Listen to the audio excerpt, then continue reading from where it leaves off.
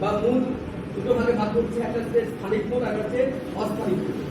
এইবারে খাদ্যের সঞ্চয়ের উপর ভিত্তি করে বা বংশ বিস্তারের উপর ভিত্তি করে মূল আবার আমরা বিভিন্ন টাইপের মূল দেখি। এই মূল নিয়ে আমরা অনেক কিছু আলোচনা করবো বলে এখানে আমরা একটা প্রশ্ন আপনার আশেপাশে অস্থায়ী মূল কাকে বলা হয়? ঋষিকেশ,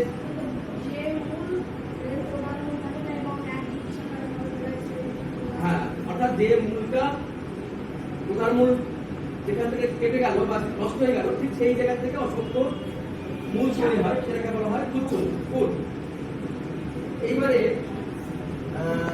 আমরা এখানে দেখতে পাচ্ছি যে এই যে চার্ট, এই চার্টে আমরা এখানে দেখতে পাচ্ছি যে অনেক ধরনের এখানে মূল আছে, ঠিক আছে, অনেক ধরনের মূল আছে। এখানে আমরা দেখতে পাচ্ছি এটা একটা বিট, এটা গাজর, এটা মূলা, এটা রাঙা আলু, এটা চুপড়ি আলু, এরকম বিভিন্ন টাইপের আমাদের বই আছে। এই মূলগুলো আমরা দেখতে পাচ্ছি এরকম আকৃতি হয়েছে কেন? এরকম আকৃতি হয়েছে দুটো কারণে। একটা হচ্ছে যে ভবিষ্যতের জন্য খাদ্য, জল এগুলো সঞ্চয় করার জন্য, আর কিছু কিছু উদ্ভিদের মূল আছে এরকম বংশ বিস্তার করার জন্য এরা মূলটা একটা মডিফাই হয়েছে। যেমন এইখানটায় এইটা হচ্ছে একটা রাঙানো মূল। এই রাঙানো মূল খাদ্য সঞ্চয় প্লাস এরা বংশ বিস্তারও করতে পারে, কারণ ওই মূলটা যদি আমি অন্য জায়গায় পুঁতে রাখি তাহলে দেখা যাবে ওইখান থেকে গাছ তৈরি হয়, তাই না? তাহলে এইরকম ভাবে আমাদের বিভিন্ন টাইপের মূল আছে। তাহলে মূলের এই যে বিভিন্ন টাইপের যে মূলগুলো তৈরি হয়েছে, এটা আমরা বলতে পারি যে দুটো কারণে।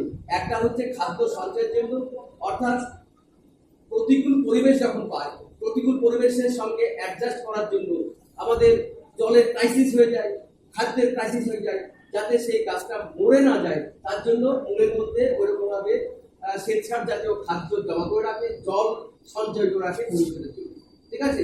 এটা একটা দিক। আবার আরেকটা দিক হচ্ছে যে কিছু কিছু উদ্ভিদ আছে যেখান থেকে যে বীজ, সেই বীজ থেকে চারা গাছ তৈরি হয়ে যায়। তাহলে চারা গাছটা তৈরি হয় কিন্তু এই মূল থেকে। তাহলে আমাদের এখানে যে এই যে মূলটা আমরা দেখতে পাচ্ছি, এই যে মূলটা আমরা দেখতে পাচ্ছি, এই যে মূলটা, এই মূলের যেখানে জায়গায় জায়গায় যেখানে গর্ত গর্ত দেখা যাবে, এটাকেই বলা হয় পর্ব। ওই পর্বের জায়গা থেকেই কিন্তু গাছগুলো তার মুকুলগুলো বেরিয়ে আসে, যে মুকুলগুলো হচ্ছে শাখা মুকুল পরবর্তীকালে সৃষ্টি করে, ঠিক আছে? আর এখানে আমরা দেখতে পাচ্ছি যে এটা এটা কি বলতো? মূল মানে এটা কিন্তু মূল, ঠিক আছে? এটা একটা মূল।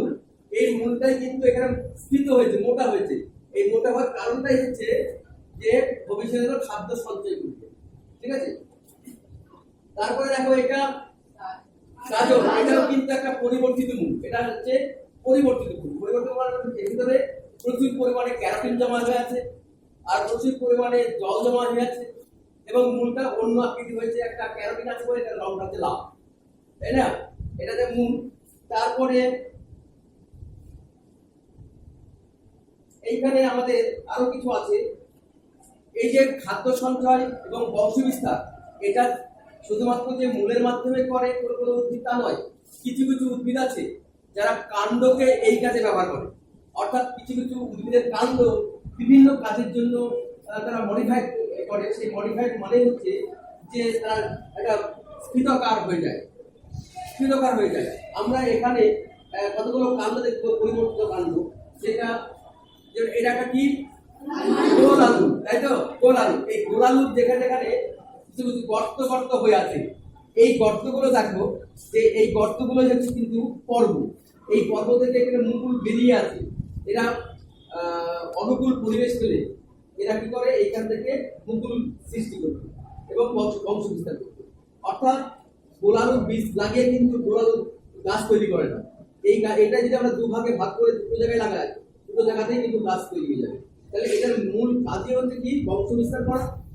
এর সঙ্গে এর ভিতরে কি আছে? খাদ্য, জল সব সঞ্চয় করে। এটা আমরা দেখতে পাচ্ছি কি? এটা ধরনের পরিবর্তিত কাণ্ড। এটাকে আমরা বলছি গ্রন্থি কাণ্ড। গ্রন্থি কাণ্ড অর্থাৎ গ্রন্থি কাণ্ড মানে এই যে এইখানে আবার একটা গ্রন্থি, একটা শাখা বেরোবে, এখান দিয়ে আর একটা শাখা বেরোবে, সেটা এখানে বলা হচ্ছে গ্রন্থি কাণ্ড। এটা কিন্তু পরিবর্তিত কাণ্ড। এটা খাদ্য সঞ্চয়ের জন্য এবং বংশ বিস্তার করার জন্যই হচ্ছে। এটাকে যদি আমি 3টে টুকরো করে 3টে জায়গায় লাগাই, 3টে জায়গাতেই কাজ হয়ে যাবে, ঠিক আছে। তারপরে এটাও একটা এটাও কিন্তু আমরা দেখতে পাচ্ছি পরিবর্তিত কাণ্ড। এটা আমরা দেখছি পরিবর্তিত কাণ্ড। এটাও কিন্তু খাদ্য সঞ্চয় এবং বংশ বিস্তার করার জন্য বা জনন কার্য করার জন্য তৈরি হয়। এটা কি বলতো? পেঁয়াজ। পেঁয়াজটা আমরা দেখেছি, খেয়েছি, কিন্তু আসলে এটা মূল না কাণ্ড? এটা পরিবর্তিত কাণ্ড।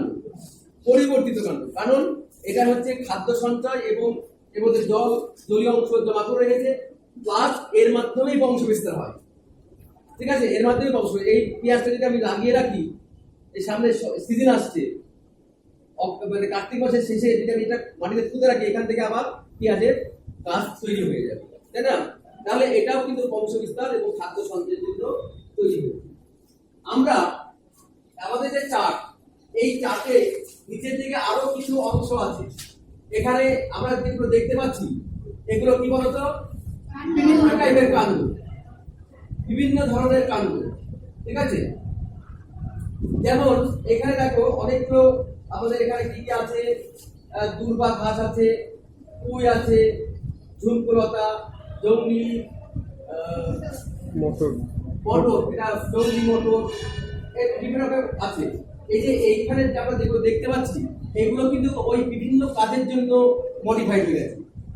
এমনি আম গাছের যে শাখা বা অন্য গাছের যে শাখা বা অন্য গাছের যে পাতা, সেরকম কিন্তু এগুলো কিন্তু আচরণ করেনি। এটা আচরণ করেছে যেমন একটা দুর্বাঘাত, এখান থেকে একটা অংশ, তারপর একটু আবার একটা কাণ্ড বেরিয়ে গেছে, গিয়ে আবার একটা শাখার সৃষ্টি করেছে, একটা গাছ সৃষ্টি করেছে, আবার বেড়ে গিয়ে এগুলোকে বলা হয় তোমার সর্বধাবক। এগুলো সব ধাবক, ঠিক আছে। এগুলো বিভিন্ন ধরনের কাণ্ড। আবার দেখো এখানে মটর গাছ, দুদিকে দুটো পত্র মিলে একটা পাতা, ঠিক আছে। এটাও এক ধরনের। এখানে যা যা দেখছো এবং এদের গায়ে থেকে একটি বেরিয়ে আসে, সেটা হচ্ছে আকর্ষণ বা ট্রেন্ডিং, তাই না? এই আকর্ষণের সাহায্যে এরা কোনো কিছু অবলম্বন করে এরা কিন্তু পুরোটার চেষ্টা করে, ঠিক আছে।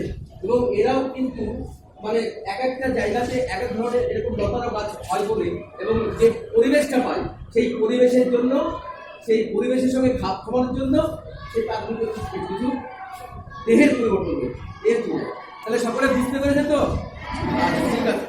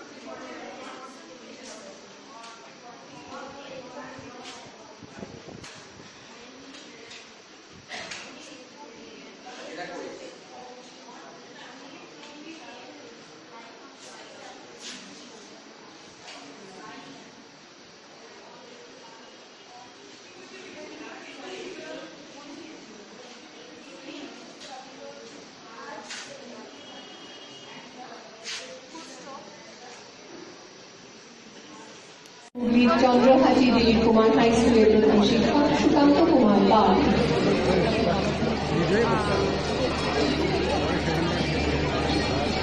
হাওড়া শিবপুর শ্রীমৎ স্বামী প্রজ্ঞানানন্দ সরস্বতী বিদ্যালয়ের প্রধান শিক্ষক রাজীব বন্দ্যোপাধ্যায়। জলপাইগুড়ির আমবাড়ি ফালাকাটা চিন্তামোহন উচ্চ বিদ্যালয়ের প্রধান শিক্ষক দীনেশ চন্দ্র বর্মন।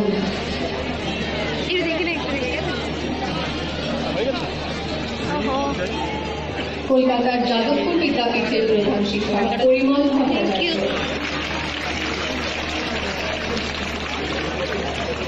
কলকাতা বেলুর কলেজের স্কুলের প্রধান শিক্ষিকা মিতালি কুন্ডু।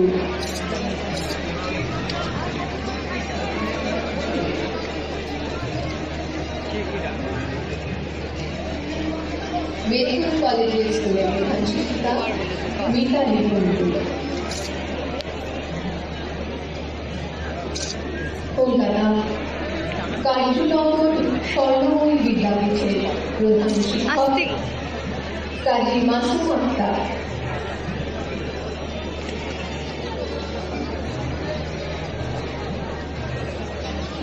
মুর্শিদাবাদের বহরমপুর জগন্নাথ একাডেমির প্রধান শিক্ষক অরবিন্দ মণ্ডল।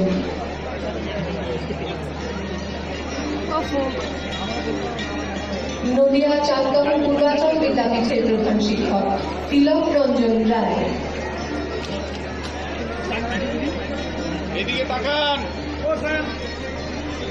বাবু এদিকে